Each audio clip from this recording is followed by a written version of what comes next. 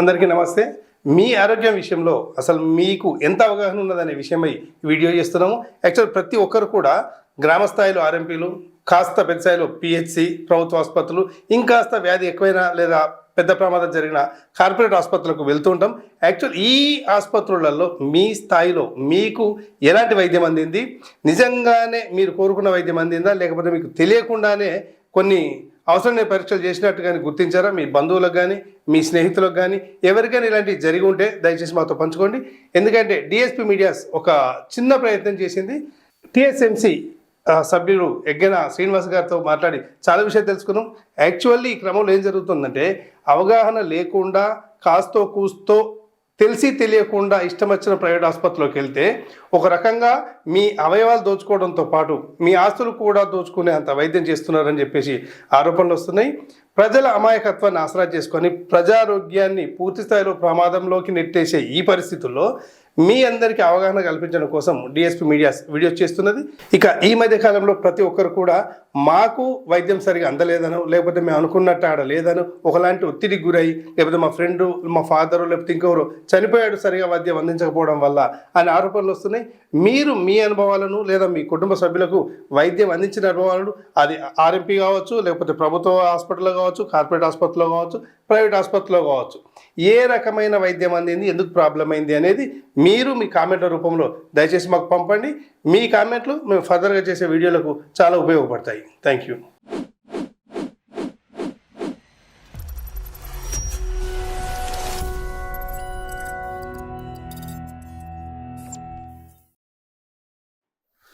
ఎగ్గన శ్రీనివాస్.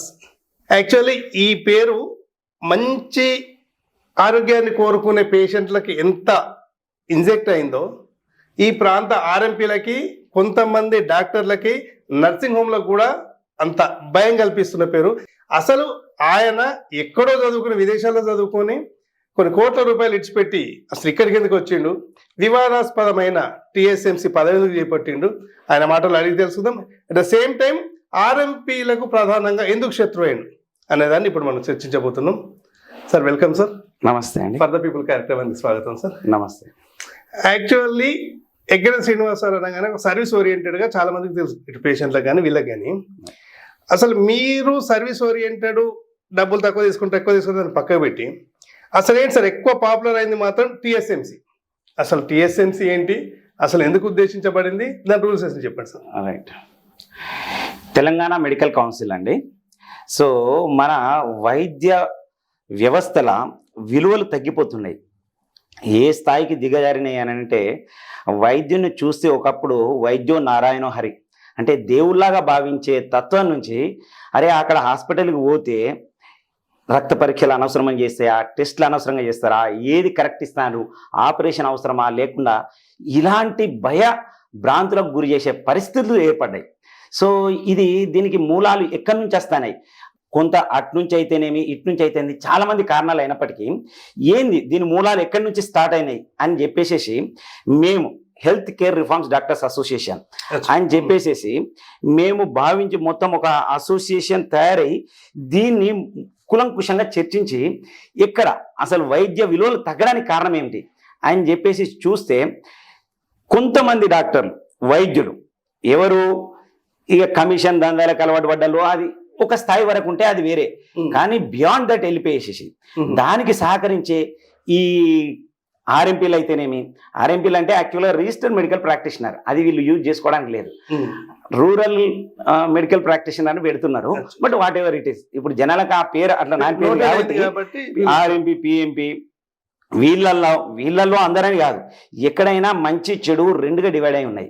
ఏ వ్యవస్థలైనా, ఇది డాక్టర్లలో అయితేనేమి, అంబులెన్సుల్లో అయితేనే, ఆర్ఎంపీని అయితేనే, ఎవరిలైనా కానీ. సో వీళ్ళ దానిలో ఒక స్థాయికి చేరి ఎక్కడికి అని అంటే, పేషెంట్లని డాక్టర్ లేని చోటుకు తీసుకెళ్లేసేసి, అన్ప్రొఫెషనల్ హాస్పిటల్స్ అంటే డాక్టర్లు కూడా కాని వాళ్ళు హాస్పిటల్ పెట్టేసేసి, అవసరం లేకున్నా టెస్టులు చేసేసి, అవసరం లేకున్నా ఆపరేషన్లు చేసేసి, కొంతమంది ఇప్పుడు వ్యవస్థలో ఎక్కడ చెడు అనేది ఆ ప్రబలిన తర్వాత ఈ మచ్చ అనేది ఏది వైద్య వ్యవస్థ మీదే పడుతుంది. సో దీనికి ఎక్కడో ఒక చోట మొదలు కావాలా, దీనికి ఫుల్ స్టాప్ పెట్టేది. ఒకప్పుడు డాక్టర్ అని అంటే, నేను డాక్టర్ తీసుకోవడానికి కారణం ఏమి, ఇక్కడ నాకు స్ఫూర్తి ఇక్కడ మంచిర్యాల మాత్రము చంద్రరాజు సార్, సల్మాన్ రాజు వీళ్ళని చూసేసి అరే డాక్టర్ నేను ఇట్లా కావాలి అనే స్థాయి నుంచి నన్ను నేను చూసుకున్నప్పుడే ఒక్కొక్కసారి ఎటు దారి తీస్తాను, ఎటు పోతాను, ఇది ఎక్కడికి పోతున్నాం, డాక్టర్ అనే దాన్ని చూస్తేనే మన దగ్గరికి వచ్చినా కానీ భయపడే పరిస్థితి ఏర్పడ్డది. సో ఇది కరెక్ట్ కాదు, దీనికి ఫుల్ స్టాప్ కావాలి, దీనికి ఎక్కడో ఒకరు మొదలు పెట్టాలి.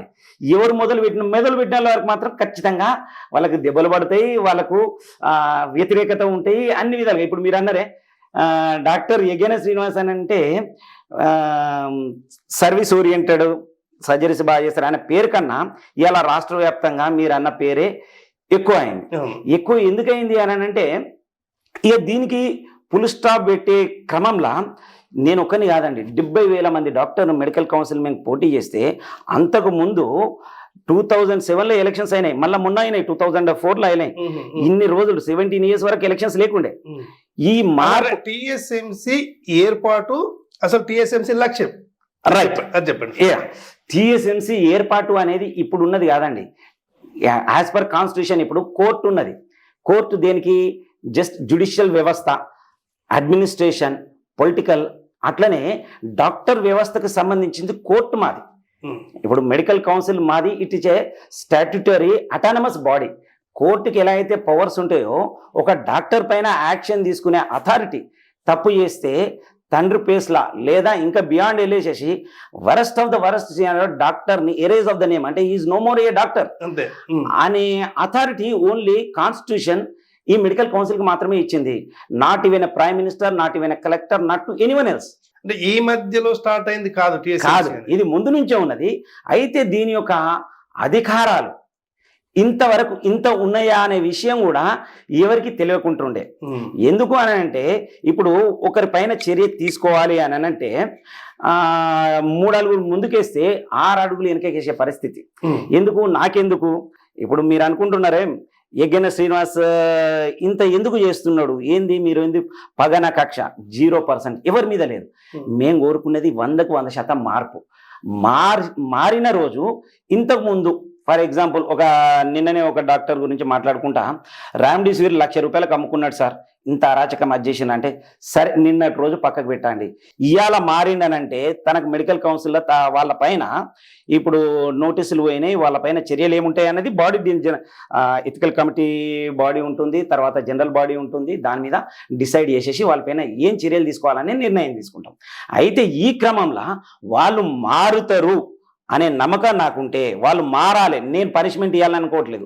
ఆర్ఎంపీలను కూడా అందరిపైన కాదు, ఎవరైతే ఇష్టం ఉన్నట్టుగా యాంటీబయాటిక్స్ హయ్యర్ యాంటీబయాటిక్స్ ఇచ్చారు దానివల్ల ఎంత ఐడెంటిఫై చేసింది సార్ ఆర్ఎంపీలు హయ్యర్ యాంటీబయాటిక్స్ కంప్లైంట్స్ వచ్చినాయి పైన. ఇప్పుడు మాకు లిటరల్ గా వెరిఫై నా పరంగా యాక్చువల్గా చెప్పాలనంటే వీళ్ళ పైన ఏ కంప్లైంట్ కూడా అవసరం లేదండి.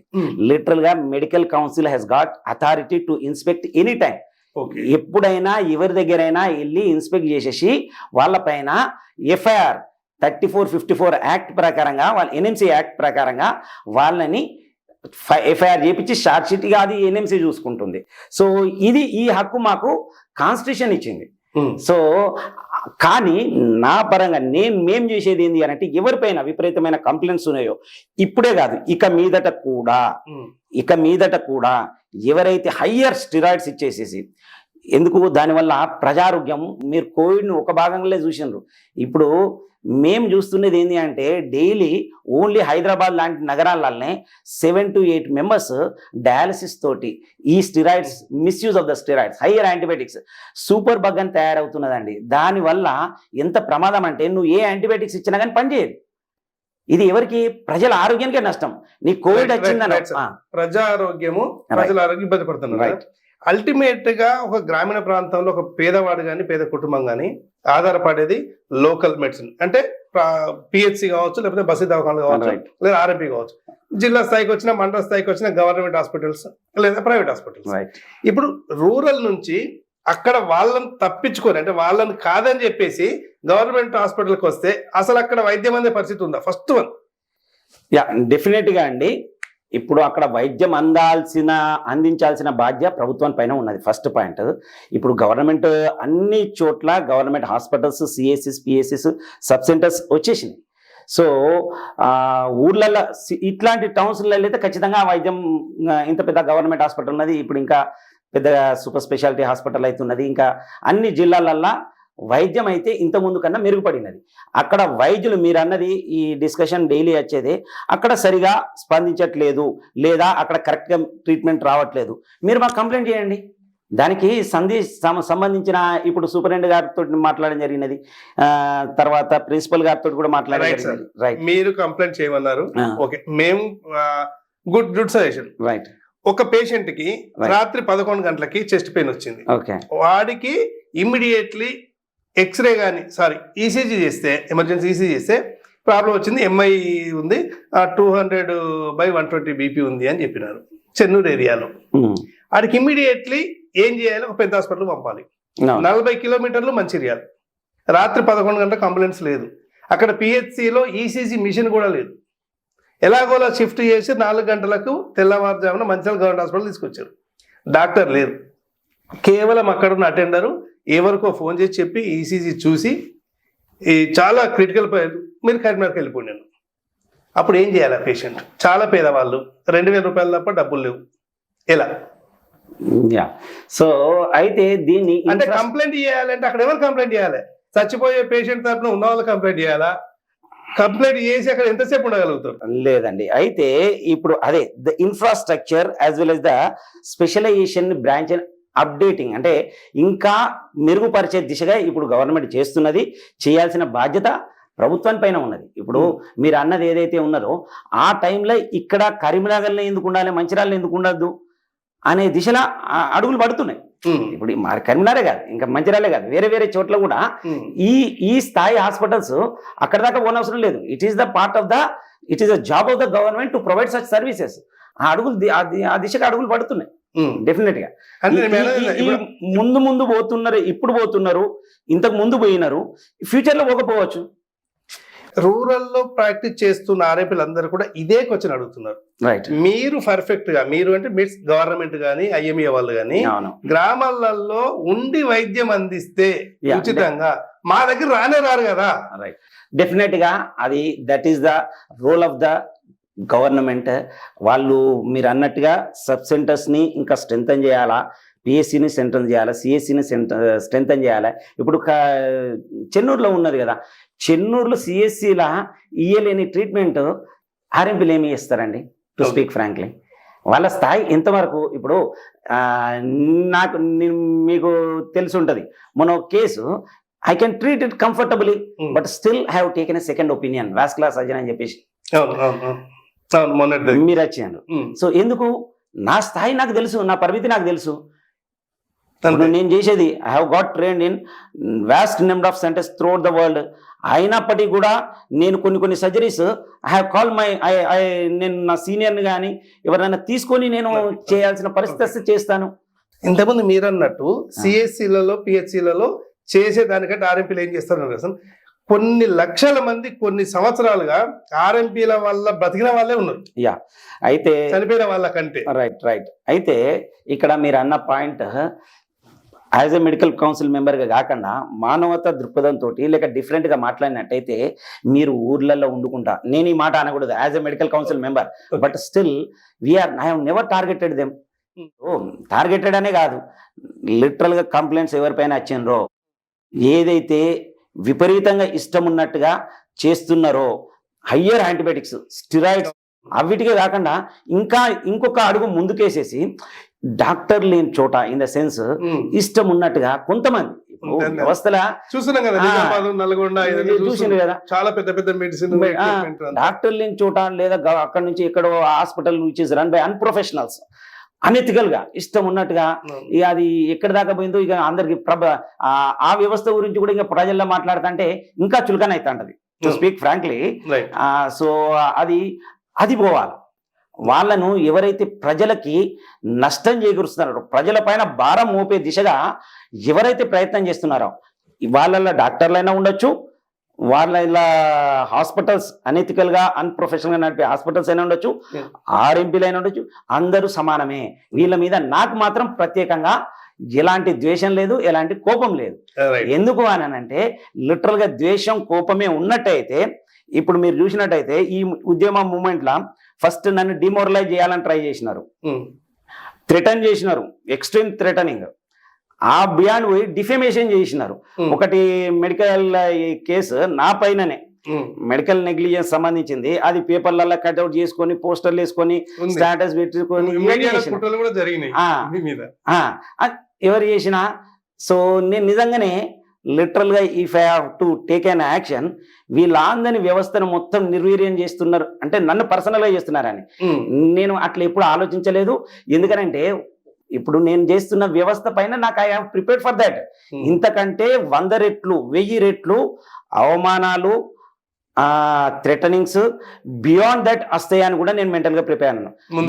The worst that can happen to anyone else. ఏం జరుగుతుంది? వరస్ట్ ఏమైతుంది ప్రపంచంలో? మనిషికి ఏం జరుగుతుంది చెప్పండి? చెడ్డ పేరు రావడం, లేకపోతే ఇంకోటి రావడం.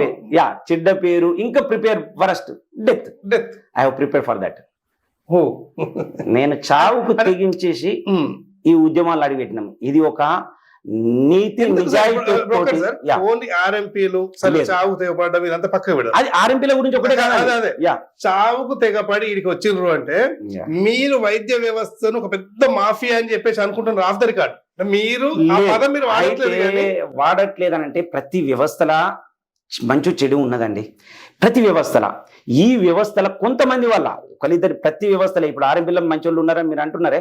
నేను యాక్చువల్ గా టీఎస్ఎంసీ మెంబర్ గా నేను సమర్థించద్దు, బట్ స్టిల్ ఉన్నారు. మారుమూల గ్రామాలలో వాళ్ళు ఎవరికో ఫస్ట్ ఎయిడ్ చేసుకుంటారు, టాబ్లెట్ అది ఇది ఇచ్చిన వాళ్ళని నేను ఎప్పుడు యాజ్ ఏ పర్సనల్ గా నేను ఎప్పుడు వాళ్ళను మందలించింది లేదు. వాళ్ళను still in spite of that వాళ్ళందరూ కొంతమందిని వీళ్ళందరూ ఏం చేస్తున్నారంటే నిజంగా సర్వీస్ చేస్తున్న వాళ్ళు ఓవర్ చేయకుండా ఉన్న వాళ్ళని మీరు ఏమన్నారు? నేను పర్సనల్ గా నేను ఏమనను.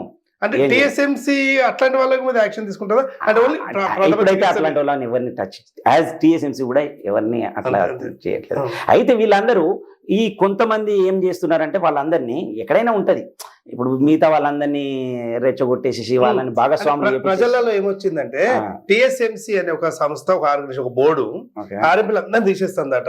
ఇక్కడ ఫస్ట్ అయితే శ్రీనివాస్ సార్కి ఇట్లా చేస్తాడు మమ్మల్ని అందరు అంటే ఈ టైప్ అయ్యేసరికి ప్రజలలో కూడా ఒకలాంటి అభిప్రాయం ఏర్పడింది.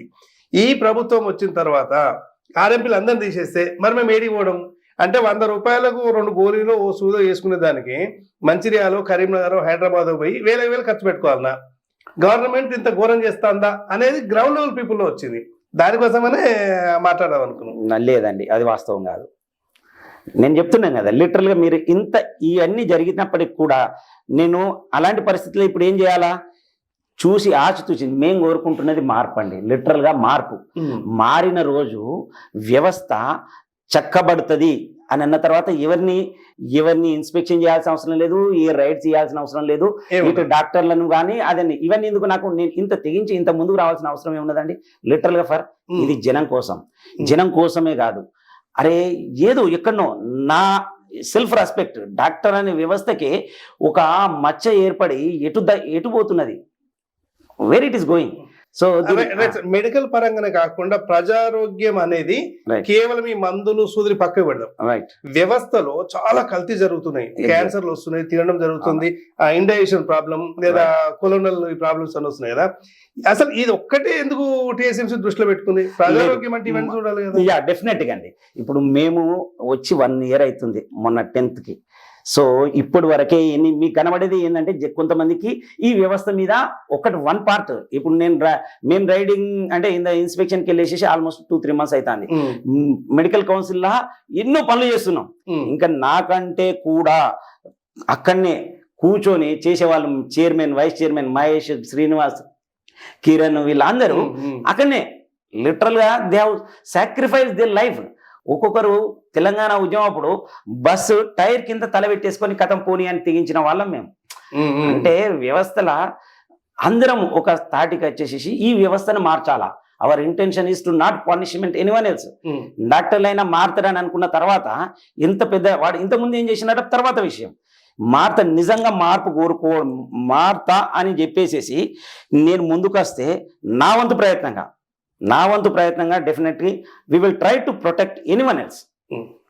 కానీ నేను అష్యూరెన్స్ 100% చెప్పడానికి as a medical council member ఆయన ఏం చేసినా చూసుకుంటా ఉంటా అని చెప్పడానికి లేదు. బట్ మార్పును కోరుకుంటున్నామండి, లిటరల్ గా మార్పు. ఇంకొక క్వశ్చన్ సార్, ఆర్ఎంపీల పరంగా వచ్చేసి ఇది మాట్లాడుకుంటాం. నెక్స్ట్ ఇంకొక సబ్జెక్ట్కి వెళ్దాం.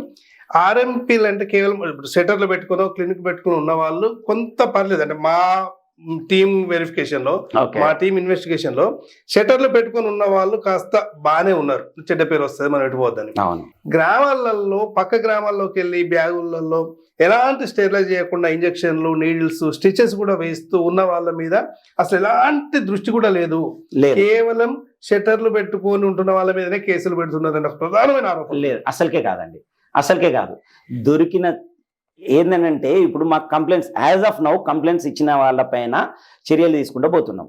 ఇప్పుడు మొన్న పోయినప్పుడు చెన్నూరులో ఒక తను is a big person sir, నేను ఎమ్మెల్యేగా నిల్చుంటే నాకు అపోజిట్ ఎవరు నిల్చోరా అని కూడా అన్నారు. ఆయన పైన ఆ ప్రక్క పండి పోతుంటే చిన్నగా గ్రామంలో never even thought to touch them, అంటే వాళ్ళని గురించి ఆలోచించలేదు. ఈయన ఏం చేస్తున్నారు, ఈయన పైన ఎన్ని కంప్లైంట్స్, 20 కంప్లైంట్స్. తనకున్న ఉద్దేశం ఏంటంటే నా పైన ఎలాంటి కంప్లైంట్స్ రావు అనే భ్రమలో తను ఉన్నాడు. కంప్లైంట్స్ ఇచ్చింది ఎవరో కాదు, ఆర్ఎంపీలే. ఇప్పుడు అట్లా మంచి వాళ్ళు కూడా ఉన్నారు. మంచి వాళ్ళు ఆర్ఎంపీలే ఇన్ ద సెన్స్ ఎవరి పేరు రివీల్ చేయమండి. ఆర్ఎంపీలు కూడా ఎందుకు రివీల్ చేయమని అంటే ద థింగ్ ఈజ్ వాళ్ళు ఈ వ్యవస్థ బాగుపరిచే దిశలా వాళ్ళకు కూడా అడుగులు వేయాలని ఉన్నది. అరే వాళ్ళు ఎవరో చిత్త పని బాగా మంది చేస్తున్నప్పుడు వీళ్ళ పైనది బురద మిగతా అందరి పైన పడుతున్నదనే ఆలోచన ఉన్నది. ఇటు డాక్టర్లకు కూడా ఉన్నది, అటు వాళ్ళకు ఉన్నది, ఇంకా మిగతా చాలా మందికి ఈ వ్యవస్థ అందరి పైన వాడే ప్రభావం అది మాకెందుకు. అవును, మీరు లిటరల్ గా నిజంగానే అదే పరిస్థితి అయితే నేను రోజు ఇన్స్పెక్షన్ చేయాలండి.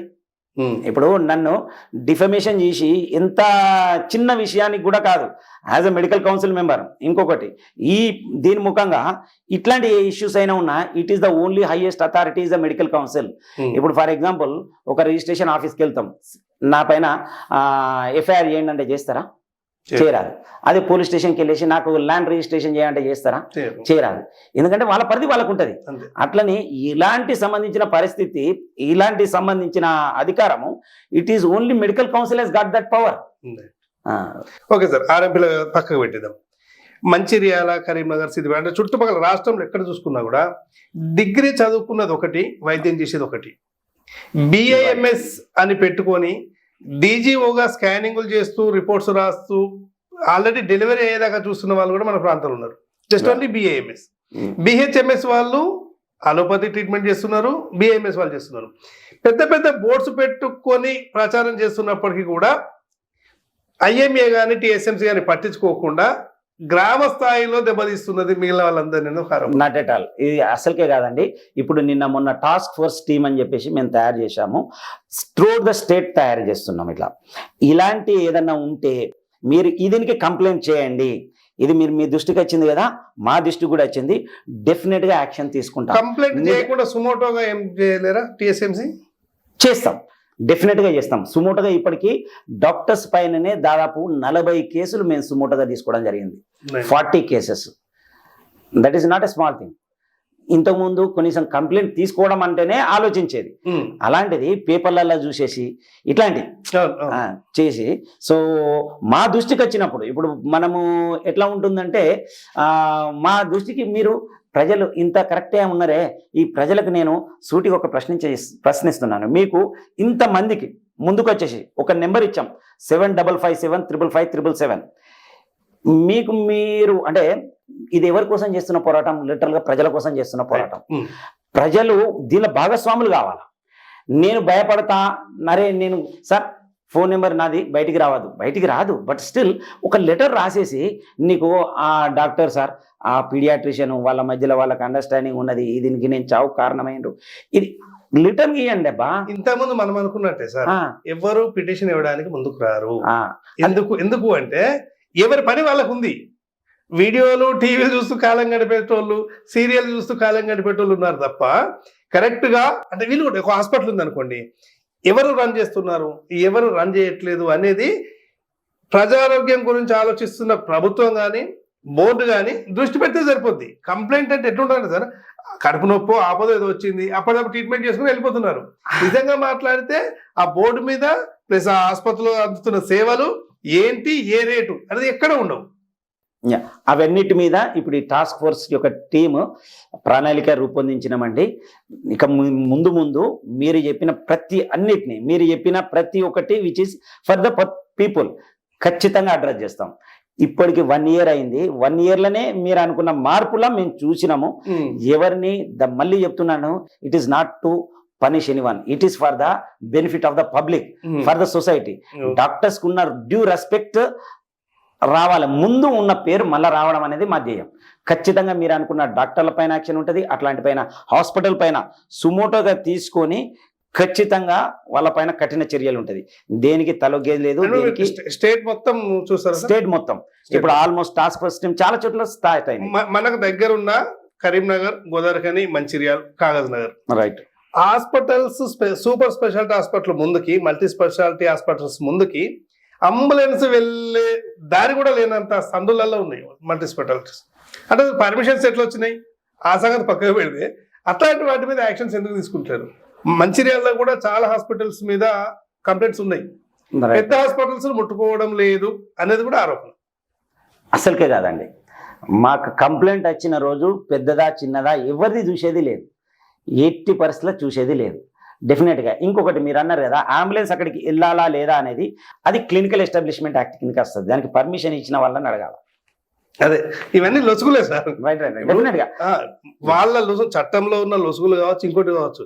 అట్లా అనుకుంటే వైద్యుని పేరే ఉండదు హాస్పిటల్ మీద. పలానా శివప్రసాద్ హాస్పిటల్ ఎవరున్నారో తెలియదు. పేషెంట్ ఆడికి పోతే గుండె నొప్పి అయితే ఇంకో కన్సల్ట్ అంటారు, కాళ్ళ నొప్పి అయితే ఇంకో కన్సల్ట్. ఇట్లాంటి వాటి ఇప్పుడు ప్రజలు వచ్చి కంప్లైంట్ చేయడం అనేది చాలా అవసరం లేదు. ఇక మీదట కూడా ఇప్పుడు కూడా లిటరల్ గా ఇప్పుడు మీరు చెప్పిన హాస్పిటల్స్ అన్ని పోయినాయి. ఇప్పుడు మంచిర్యాలనే దాదాపు 18 హాస్పిటల్స్ పైన కంప్లైంట్స్ ఉన్నాయి. లిటరల్ గా we are going to take action on them.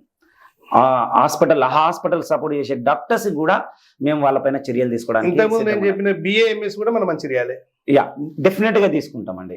Definite గా ఇప్పుడు ఎలా ఉంటుంది అని అంటే కొన్ని చట్టంలో మీరు అన్నారు కదా, లొసుకులు చూసుకొని తప్పించుకునే ప్రయత్నం చేస్తున్నారు.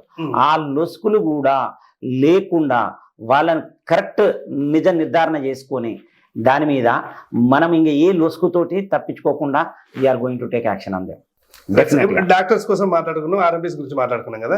యాక్చువల్లీ గ్రామాలలో ఆర్ఎంపీలు ఇప్పటికే కొంత ఇబ్బంది పడుతూ చస్తూ బతుకుతున్నారు. సరే, మీరు కొంత మానవతా దృక్పథంతో చూసి చూడడానికి వివరిస్తున్నారు. Thankful to sir. అయితే మెడికల్ షాపులలో కూడా టీటీ ఇంజెక్షన్లు, పెయిన్ కిల్లర్ ఇంజెక్షన్స్ ఇచ్చేస్తున్నారు. డెఫినెట్ గా ల్యాబ్ టెక్నీషియన్స్ ల్యాబులలో సెలైన్లు పెట్టేస్తున్నారు. అట్లా సీరియస్ అయితే మళ్ళీ హాస్పిటల్ తీసుకొచ్చే సందర్భాలు కూడా ఉన్నాయి. ఆర్ఎంపీల కంటే వీళ్ళకి అసలు అవగాహన అసలే ఉండదు. కానీ ఆడికి వెళ్తే 100 రూపాయలు ఎందుకు ఇచ్చేయచ్చుడు, 20 రూపాయలు కొనుక్కో, నాకు 50 రూపాయలు. మీరు అన్నట్టు మన ఐజీ గారి కమలాసన్ రెడ్డి తోటి కూడా మాట్లాడడం జరిగింది ఈ విషయాల.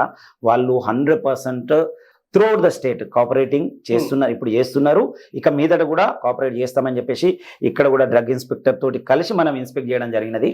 ఫ్యూచర్లో కూడా ఇలాంటి ఖచ్చితంగా వీటిపైన చర్యలు తీసుకుంటాం ఖచ్చితంగా. అంటే భయం ఇప్పుడు మీరు అన్నదే ఇదే కాకుండా ఒక చోటుకి వెళ్తున్నది, హయ్యర్ స్టిరాయిడ్స్ వెళ్తున్నాయి, యాంటీబయాటిక్స్ వేసుకుని ప్రిస్క్రిప్షన్ లేకుండా మీరు ఇవ్వడానికి లేదు. డాక్టర్ ప్రిస్క్రిప్షన్ లేకుండా ఆ డేట్ అది ఇచ్చినామంటే అది అప్పటికే వ్యాలిడ్, అది ఇవ్వడానికే లేదు. ఇవన్నిటిపైన మేము దృష్టి పెడతామండి. డెఫినెట్ గా ఇది మా పరిధి ఎంత ఉంటుందో అంత ఉండేసేసి దానికి మేము ఇప్పుడు చెప్పినాను కదా, అది వాళ్ళ బోర్డు సపరేట్గా ఉంటుంది, వాళ్ళ సహకారాలు. ఇప్పుడు టాస్క్ ఫోర్స్లో అనేది కూడా మేము ఎట్లా చేస్తున్నామని అంటే ఓన్లీ డాక్టర్సే కాదండి, స్వచ్ఛంద సంస్థల నుంచి మొదలుకొని అడ్వకేట్స్ నుంచి తర్వాత NGOs నుంచి, ఇది రెడ్ క్రాస్ ఇట్లాంటి NGOs లో భాగస్వాములు, పత్రికా మిత్రుల నుంచి అందరినీ భాగస్వాములను చేసేసి ప్రజలకి అవగాహన కల్పించడం ఫస్ట్ పాయింట్. సెకండ్ పాయింట్ ప్రజారోగ్య పరిరక్షణ. మెయిన్గా ఇంకా అవగాహన ఎందుకు కల్పిస్తాను, ప్రజారోగ్య పరిరక్షణ కోసం ఇది మేము ఉన్నాము.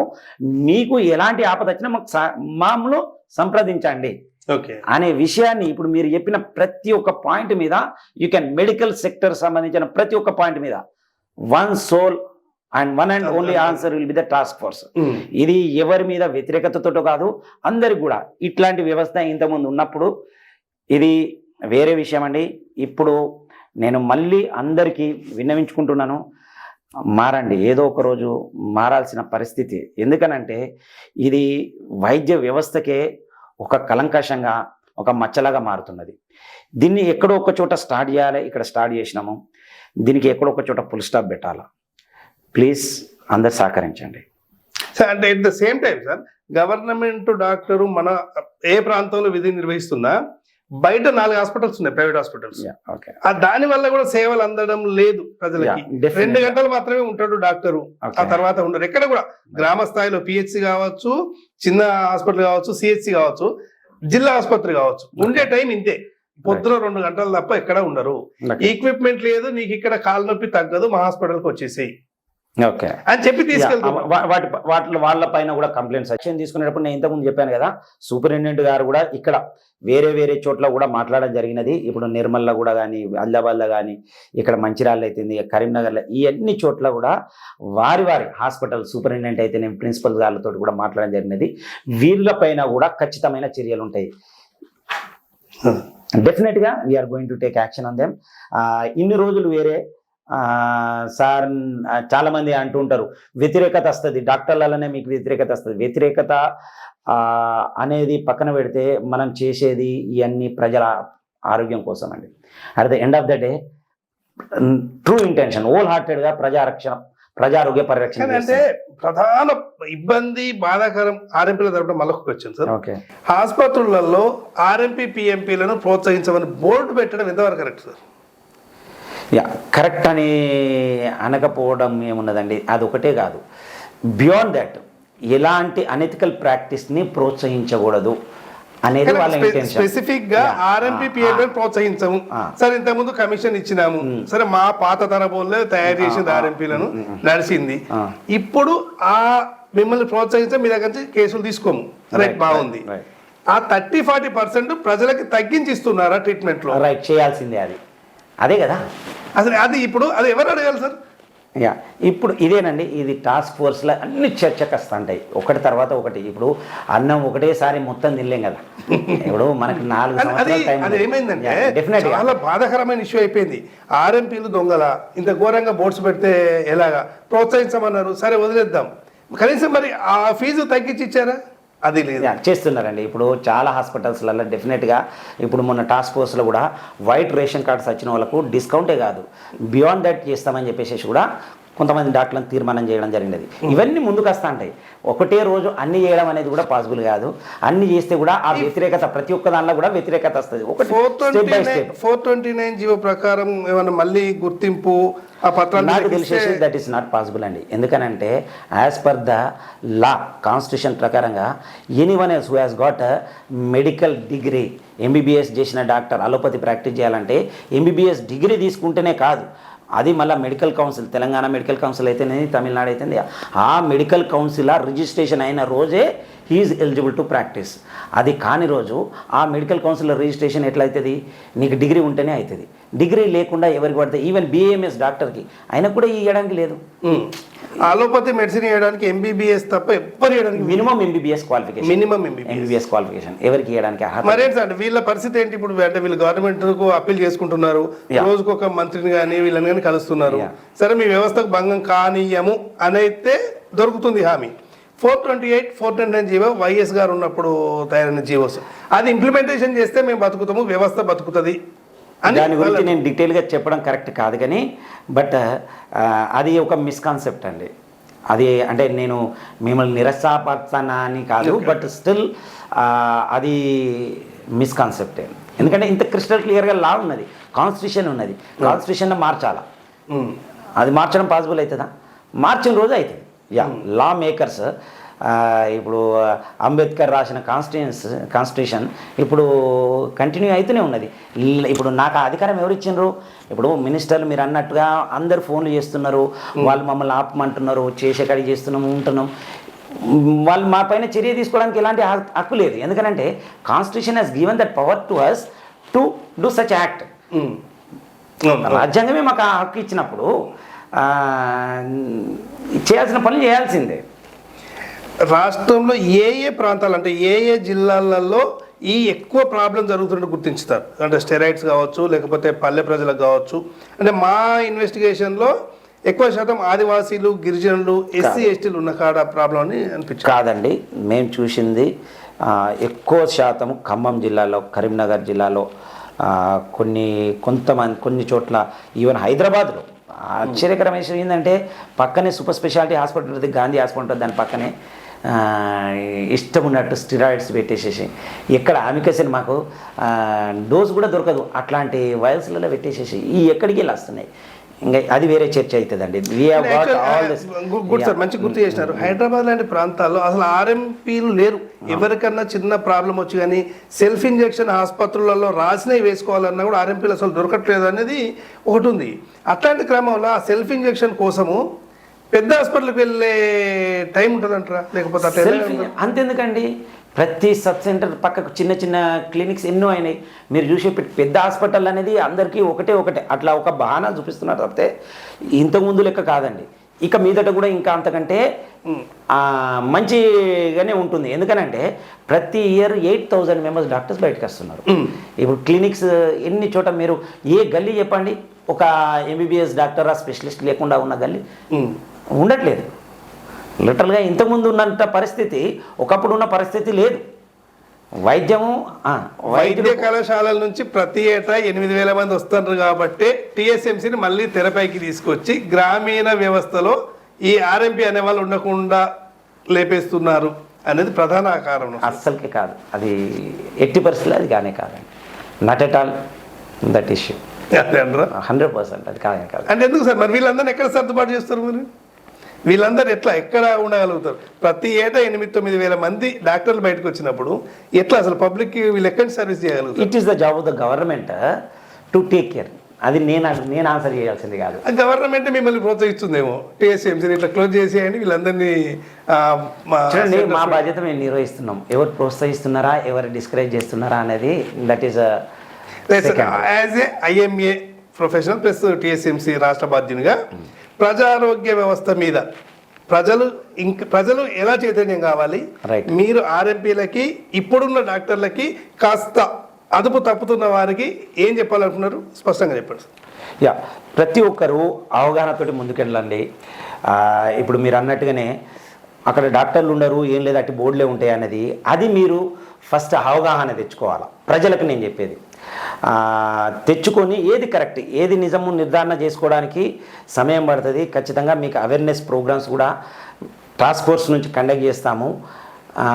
సో ఈ లోపల మీరు చేయాల్సిందల్లా ఏంది అని అంటే, ఎలాంటిదైనా మీకు మెడికల్ పరంగా ఇబ్బంది కలిగిన ఎలాంటి ఇష్యూస్ ఉన్నా మీరు ఇక్కడ ఈ ప్రాంతం ఉమ్మడి ఆదిలాబాద్ జిల్లాకు సంబంధించిన ఆల్రెడీ ఇంతకుముందు చెప్పిన నెంబర్ 7557557777కి మీరు మెసేజ్ పెట్టండి. We are definitely going to take action. అంటే యాక్షన్ ఒకటే రోజులో జరగదండి, ఓవర్ నైట్లో జరగదు. బేసిక్గా ఏంటంటే మన కాన్స్టిట్యూషన్ ఎట్లా ఉన్నది అని అంటే, మీరు లూప్ హోల్స్ ఇవన్నీ చాలా ఉంటాయి. సో వాటిని ఆధారాలతోటి క్లినికల్ ప్రతి ఒక్కటి ఒట్టిగా ఎవరు పడితే వాళ్ళు కంప్లైంట్ ఇయ్యరు, ఇచ్చినంటే ఏదో ఒకటి ఉంటుంది. కొన్ని సందర్భాలలో ఏది లేకున్నా కానీ ప్రోత్సహించేసి, పక్క వాళ్ళు ప్రోత్సహించేసి కంప్లైంట్ చేసే విషయం ఉంటుంది. అది కూడా నిజ నిర్ధారణ చేసుకోవాలి. సో మనము కాయిన్కి ఒకటే వైపు చూడడానికి లేదు, రెండు వైపులా చూడాల్సి ఉంటుంది. ఇప్పుడు మీరు ఒకటే వైపు చూస్తాను, నేను శత్రువులాగా భావిస్తున్నారు అని అంటే డైలీ నేను ఇన్స్పెక్షన్ చేయాలా? వాళ్ళని శత్రువులు భావించిన రోజు నేను శత్రువులు భావించాలి కదా. అది అన్నప్పుడు నేను డైలీ ఒక 20 ఎఫ్ఐఆర్లు చేయాలా. ఇక్కడ నుంచి ఆదిలాబాద్ నుంచి కరీంనగర్ నుంచి నిజామాబాద్ డిస్టిక్ డైలీ ఇదే పని చేయాలి నేను. మరి ఆ పని చేస్తున్నానా? అవకాశం ఇద్దాం, ప్రతి ఒక్కరికి మారే అవకాశం ఇద్దాం. ఇష్టం ఉన్నట్టుగా మీ పని ఎవరైనా వాళ్ళ ఫస్ట్ ఎయిడో అదేదో, నేను I should not comment as a medical council member. పరిధిని మించేసి ఎవరు ఇష్టం ఉన్నట్టుగా ఇష్టారీతిగా అన్ప్రొఫెషనల్గా ఉన్న హాస్పిటల్ని ఒక నెక్సస్ తయారైంది. ఆ నెక్సస్ కరెక్ట్ కాదు. అంటే చెడు అంతా ఒకవైపు ఉన్నదండి, మంచి కొంచెం సందిగ్ధంలో ఉన్న వాళ్ళు ఒకవైపు ఉన్నారు, ఆల్రెడీ మారిన వాళ్ళు ఒకవైపు అయినారు. ఈ మారిన వాళ్ళకి ఏంది చాలా ఇబ్బంది అవుతున్నది. టు స్పీక్ ఫ్రాంక్లీ, లిటరల్గా ఏంది వాళ్ళ వల్ల మాకు చెడ్డ పేరు వస్తున్నదని డాక్టర్లల్లా, వీళ్ళలా, ఇంకా వేరే వాళ్ళ. సో వీళ్ళ నుంచే మాకు కంప్లైంట్స్ ఎక్కువ వస్తున్నాయి. అర్థమైందా మీకు? అదే సో మంచి అందరు కలిసేసి ఈ వ్యవస్థల మార్పుల భాగమైదాం, అందరు సహకరించండి. అంటే రేట్ల విషయంలో కూడా బాగా ఇబ్బందికరంగా ఉంది సార్. మొన్న ఒక చిన్న పాపని, అంటే మా ఫ్రెండ్ ఇది ఇంటర్వ్యూ తీసుకుంటున్నా అన్నాడు, ఒక ఫ్రెండ్ ఫోన్ చేసి చెప్పినాడు, చిన్న స్టిచ్ ఇక్కడ ఒక 2 కుట్లు పడతాయి, చిన్నపిల్ల కాబట్టి భయపడి మంచిగా ఒక హాస్పిటల్ తీసుకొచ్చిండ్రు. వాళ్ళు ఏం చేసినారంటే surgeon fee plus stitching observation అన్నీ కలిపి మెడిసిన్తో కలిపి చిన్న పాప 6,800 రూపాయలు ఫీజు చేసినారు. ఓకే, సర్జన్ ఫీజే 2,000 3,000 ఉంటుంది అని చెప్పేసి, అంటే వాళ్ళు భయపడ్డందుకు, వాళ్ళు చిన్నపిల్ల కదా అని భయపడ్డందుకు ఇంత జరిగింది అనేది వాడి ఆరోపణ. అంటే ఇట్లాంటి అన్ని కంప్లైంట్ చేసేంత ఇది ఉండదు కదా, వాళ్ళు ఏదో హైపత్లో ఉంటారు, మాట్లాడుతారు, వచ్చి చెల్లి కానీ అది మనం అక్కడ కూడా తెలుసుకోవాలండి. ఇప్పుడు అనస్థిషియా ఇవ్వాల్సి వచ్చింది అనుకోండి, అనస్థిషియా అంటే సెడిడ్ ఇవ్వాలి, పాప ఊరుకోదు కదా. ఇక్కడ మత్తి ఇచ్చేస్తే వేరే, ఊరుకోకుండా తీసుకెళ్లి ఆపరేషన్ థియేటర్ తీసుకెళ్ళేసి చేయాల్సి వచ్చింది అనుకోండి, అది అయ్యే అవకాశం ఉంటుంది. అట్లా కాకుండా బియాండ్ ఇప్పుడు కొన్ని మా దృష్టికి వచ్చినాయి సార్, మొన్న ఒకళ్ళు ఆపరేషన్కి అయినా 20,000, మెడిసిన్కి 30,000 అయినాయి సార్ అని తీసుకున్నాండి. అంటే సార్ మాకు బిల్లులు ఇవ్వలేదని కంప్లైంట్ ఇవ్వండి. ప్రతి ఒక్కదానికి బిల్లు ఇవ్వాల్సిందే. It is the part. నువ్వు రాసింది నువ్వు అదే మెడిసిన్ కూడా ఇవ్వాలా. ఇక మీదట తర్వాత వీళ్ళు అదే మెడిసిన్ ఇస్తారా లేదా, we have got authority and power to inspect any time, even midnight కూడా వెళ్ళి ఇన్స్పెక్ట్ చేసే అథారిటీ మాకు ఉన్నది. సో డెఫినెట్గా ఖచ్చితంగా మీరు అన్నది అడుగులు వేస్తాం, డెఫినెట్ అడుగులు వేసాము. ఈ అన్నిటినీ ప్రక్షాళన చేసే ఇంకా 4 సంవత్సరాలు ఉన్నది time. The thing has began. ఇప్పుడు మీరు అనుకున్నట్టుగా ఓన్లీ మొదలైనది.